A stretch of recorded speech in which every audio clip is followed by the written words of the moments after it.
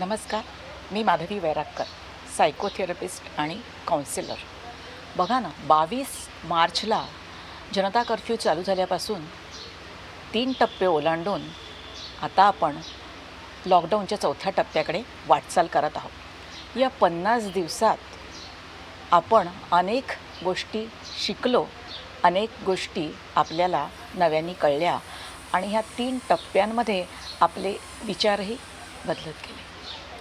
झालं काय की नेमकं जेव्हा लॉकडाऊनची घोषणा झाली तेव्हा एकदम धावपळीच्या आयुष्यातनं आपण एका शांत आयुष्याच्या वाटचालीकडे वळलो.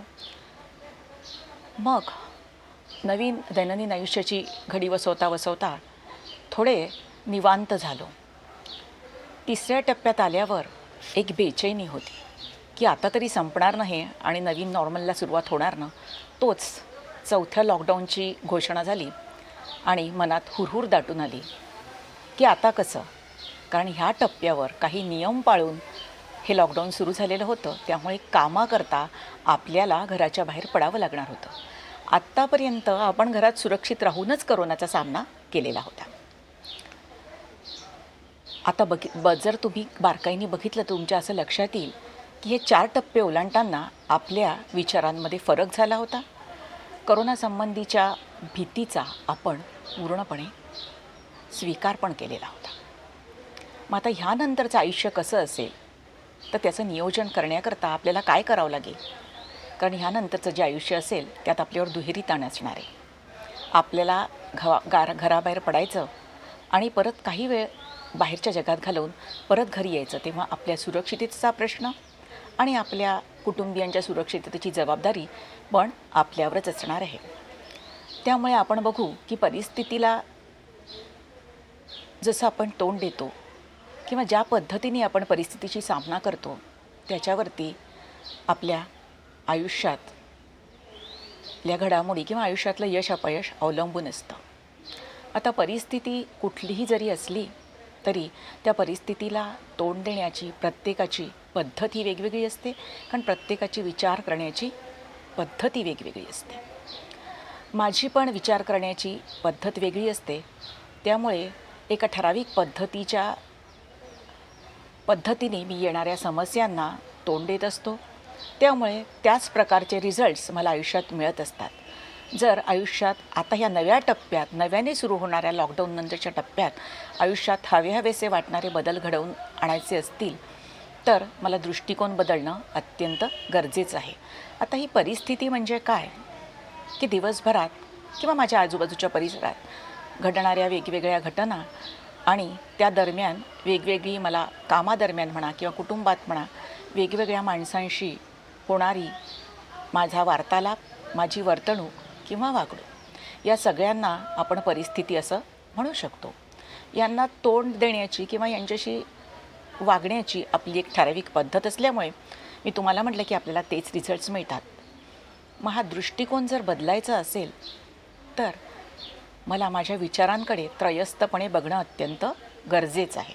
त्रयस्थपणे मी याच्याकरता म्हणते की मी जर तुम्हाला परखडपणे म्हटलं तर आपण बघतो की काही परिस्थितीत आपल्याला जाणवत असतं, आपला आतला आवाज सांगत असतो की ह्या पद्धतीत किंवा ह्या घटनेच्या वेळेस जर मी अशा पद्धतीने वागली असते तर काही वेगळंच घडलं असतं आणि माझं आयुष्य सुरळीत चाललं असतं.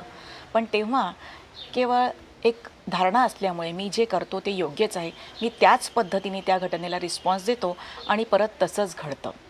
आणि जेव्हा एखादा मला हे सांगायला किंवा समजावायला जातो तेव्हा मलाही ते उमगलेलं असतं, पण त्यावेळी मी त्याला उत्तर देतो की अरे त्यावेळी परिस्थितीच तशी होती म्हणून असं घडलं.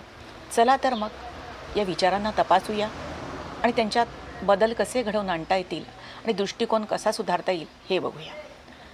मग आता विचार तपासायचे म्हणजे नेमकं काय करायचं की झोपण्यापूर्वी काही निवांत वेळ काढून दिवसभरात स्वतःच्या आयुष्यात घडलेल्या घटनांकडे एका त्रयस्थ व्यक्तीप्रमाणे बघायचं किंवा एक थर्ड पर्सन इंट्रॉगेशन या पद्धतीने आपलेच विचार आपणच तपासायचे आहेत.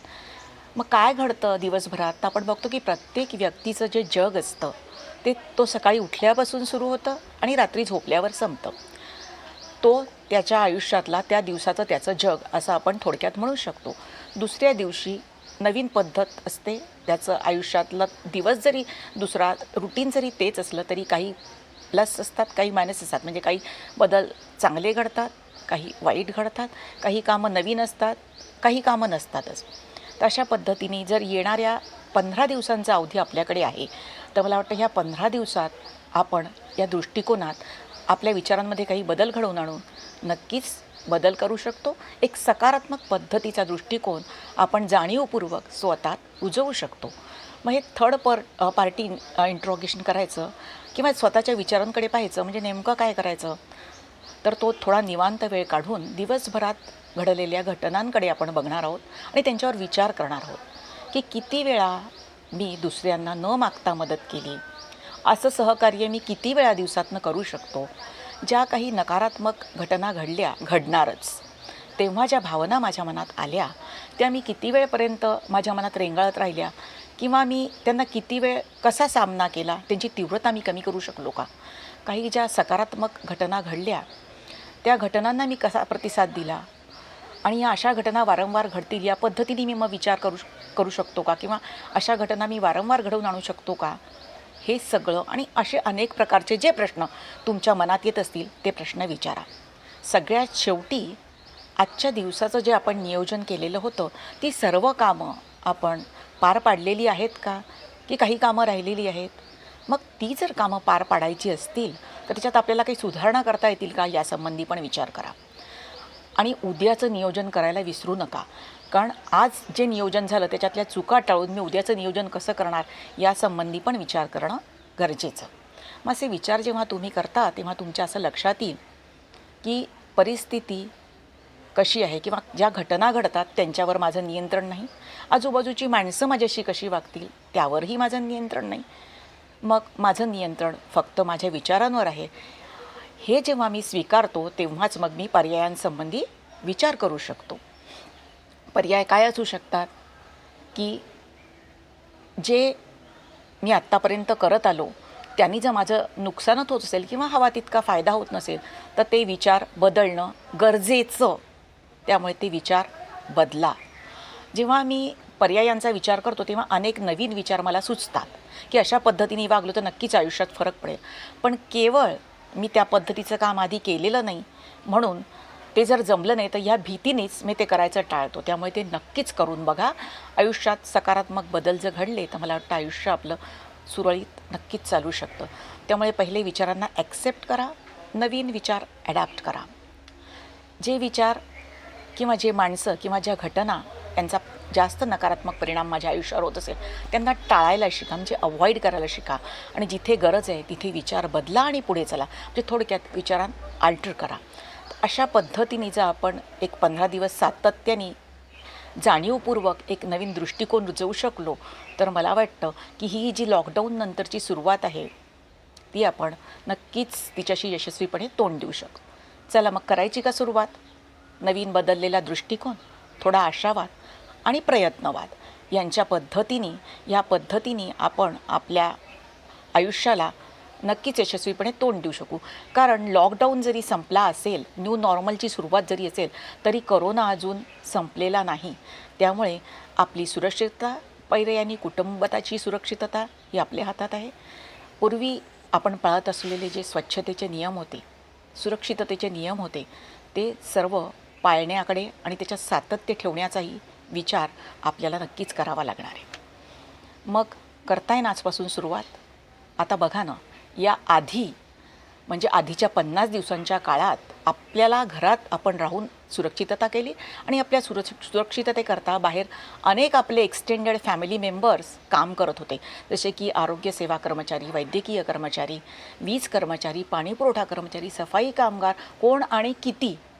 तर त्या सगळ्या एक्सटेंडेड फॅमिली मेंबरचे आजच्या जागतिक कुटुंब दिनानिमित्त मी त्यांना शुभेच्छा देते आणि त्यांचे आभार मानते. शेवटी वसुधैव कुटुंबकम ही जी आपली संकल्पना आहे किंवा हे जे आपलं बिदवाक्य आहे त्याला अनुसरून सगळ्यांना सहकार्य करून नवीन दृष्टिकोन अवलंबून स्वतःला सुरक्षित ठेवून आपण ह्याला नक्की जिंकू असा आशावाद तुम्हाला देऊन मी थांबवते.